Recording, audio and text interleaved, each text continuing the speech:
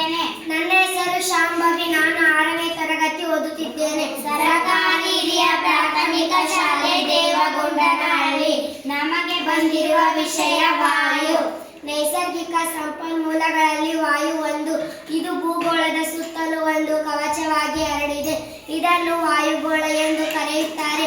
ಅನೇಕ ಅನಿಲಗಳ ಮಿಶ್ರಣವಾಗಿರುವ ವಾಯು ಸಸ್ಯ ಮತ್ತು ಪ್ರಾಣಿಗಳ ಉಳಿವಿಗೆ ಅತ್ಯವಶ್ಯವಾಗಿದೆ. ನಾವು ಉಸಿರಾಡಲು ವಾಯುವಿನಲ್ಲಿರುವ ಆಕ್ಸಿಜನ್ ಅನಿಲವನ್ನು ಬಳಸುತ್ತೇವೆ. ಉಸಿರಾಡದೆ ಬದುಕಲು ಸಾಧ್ಯವಿಲ್ಲ. ನಮ್ಮಂತೆಯೇ ಪ್ರಾಣಿಗಳು ಮತ್ತು ಸಸ್ಯಗಳ ಉಸಿರಾಟಕ್ಕೂ ಆಕ್ಸಿಜನ್ ಬೇಕು. ಇಂಧನ ದ್ರವಗಳನ್ನು ಉರಿಸಲು ಆಕ್ಸಿಜನ್ ಅತ್ಯವಶ್ಯ. ಇದಲ್ಲದೆ ವಾಯುವಿನಿಂದ ನಮಗೆ ಅನೇಕ ಉಪಯೋಗಗಳಿವೆ. ವಾಯುವಿನ ಕೆಲವು ಲಕ್ಷಣಗಳು.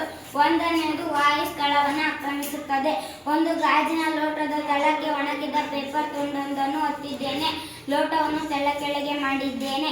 ಇದನ್ನು ನೀರು ತುಂಬಿದ ಗಾಜಿನ ತೊಟ್ಟಿಗೆ ಅದುಮುತ್ತೇನೆ. ಖಾಲಿ ಲೋಟದೊಳಗೆ ವಾಯು ತುಂಬಿರುತ್ತದೆ.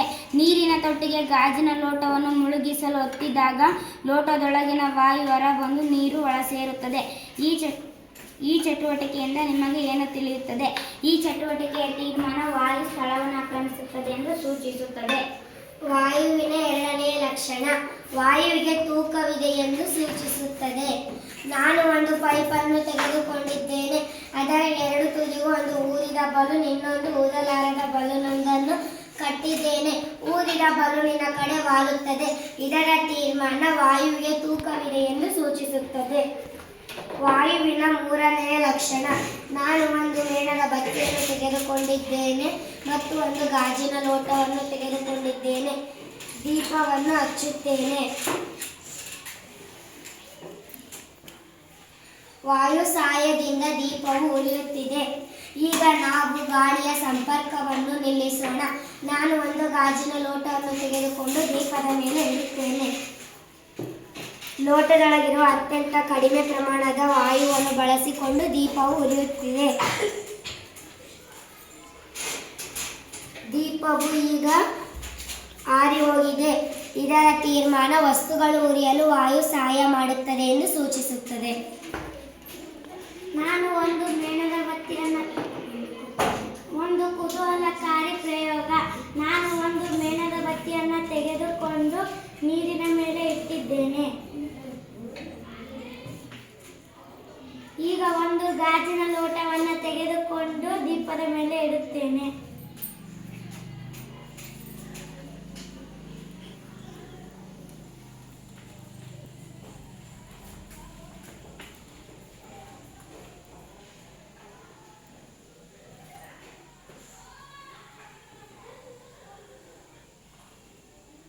ನೀರು ಮೇಲೆ ಬರಲು ಕಾರಣ, ಗಾಜಿನ ಒಳಗಿನ ನೀರು ಬಿಸಿಯಾಗಿ ಒತ್ತಡವನ್ನು ಉಂಟು ಮಾಡುತ್ತದೆ. ಇದನ್ನು ರಂಜು ಹಾಕುವುದು ಎಂದು ಅಮ್ಮಂದಿರು, ಅಜ್ಜಿಯರು ಹೇಳುತ್ತಾರೆ.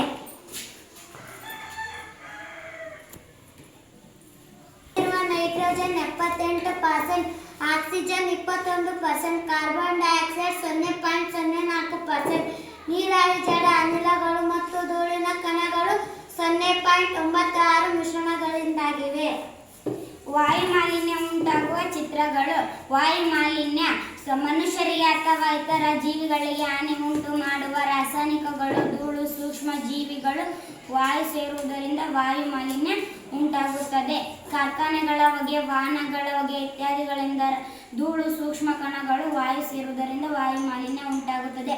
ಸಸ್ಯಗಳ ಇದರಿಂದ ಹೃದ್ರೋಗ ಅಂದರೆ ಹೃದಯ ಸಂಬಂಧಿ ರೋಗ, ಕ್ಯಾನ್ಸರ್, ಶ್ವಾಸಕೋಶ, ಉಸಿರಾಟದ ತೊಂದರೆಯಂಥ ಗಂಭೀರ ಆರೋಗ್ಯ ಸಮಸ್ಯೆಗಳು ಉಂಟಾಗುತ್ತವೆ. ಸಸ್ಯಗಳ ಬೆಳವಣಿಗೆ ಮತ್ತು ಸಸ್ಯಗಳಿಂದ ದೊರೆಯುವ ಉತ್ಪನ್ನಗಳ ಇಳುವರಿ ಮೇಲೆ ಕೆಟ್ಟ ಪರಿಣಾಮ ಉಂಟಾಗುತ್ತದೆ. ಇದರಿಂದ ಕೆಲವು ಪ್ರಾಣಿಗಳ ಸಂತತಿ ಕಣ್ಮರೆಯಾಗಬಹುದು. ವಾಯು ಸಂಪನ್ಮೂಲ ಎಲ್ಲ ಜೀವಿಗಳಿಗೂ ಬಹಳ ಅಗತ್ಯವಾಗಿದ್ದು, ಇದು ಮಾಲಿನ್ಯವಾಗದಂತೆ ನೋಡಿಕೊಳ್ಳುವುದು ಅವಶ್ಯಕವಾಗಿದೆ. ಆದ್ದರಿಂದ ನಾವು ವಾಯು ಮಾಲಿನ್ಯವನ್ನು ತಡೆಗಟ್ಟುವ ಕ್ರಮಗಳನ್ನು ಅನುಸರಿಸಬೇಕು. ವಾಯು ಮಾಲಿನ್ಯವನ್ನು ತಡೆಗಟ್ಟುವ ಕ್ರಮಗಳು: ಕೈಗಾರಿಕೆಗಳ ಹೊರಸೂಸುವ ರಾಸಾಯನಿಕಗಳು, ಅನುಪಯುಕ್ತ ತ್ಯಾಜ್ಯಗಳು ಸೇರುವುದರಿಂದ ಸೇರುವುದರಿಂದ ತಡೆಗಟ್ಟುವುದು. ಕಲ್ಲಿದ್ದಲು, ಪೆಟ್ರೋಲ್, ಡೀಸೆಲ್ ಇಂಧನಗಳ ಬದಲು ಅನಿಲ ಗ್ಯಾಸ್ ಇಂಧನವನ್ನು ಬಳಸುವುದು. ಬದಲಿ ಇಂಧನ ಮೂಲಗಳಾದ ಸೌರಶಕ್ತಿ, ಜಲವಿದ್ಯುತ್ ಶಕ್ತಿ ಮತ್ತು ಪವನ ಶಕ್ತಿಯನ್ನು ಉಪಯೋಗಿಸುವುದು.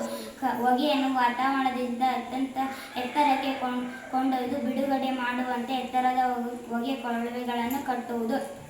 ಜನವಸತಿ ಪ್ರದೇಶಗಳಲ್ಲಿ ವಸ್ತುಗಳನ್ನು ಸುಡದಿರುವುದು. ಹೊಗೆಯ ನಿಯಂತ್ರಣ ವ್ಯವಸ್ಥೆ ಇರುವಂತೆ ವಿನ್ಯಾಸಗೊಳಿಸುವುದು.